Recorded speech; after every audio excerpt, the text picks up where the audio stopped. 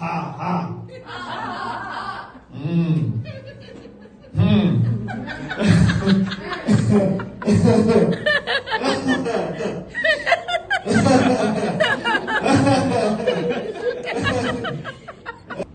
Don't worry.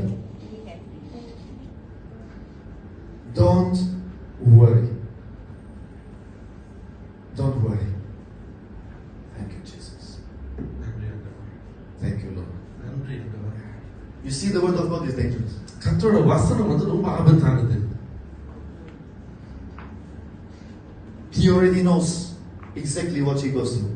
கர்த்தருக்கு தெரியும் அவங்க என்ன சூழ்நிலை போய் கொண்டு இருக்கிறாங்க. What has this got to do with the problem? இப்படிப்பட்ட வார்த்தை என்ன இருக்கு அவங்க பிரச்சனை? Literally, naturally speaking, nothing. உண்மை நம்ம உலகபூர்வமா கண்ணுல பார்த்தா ஒண்ணுமே இல்ல.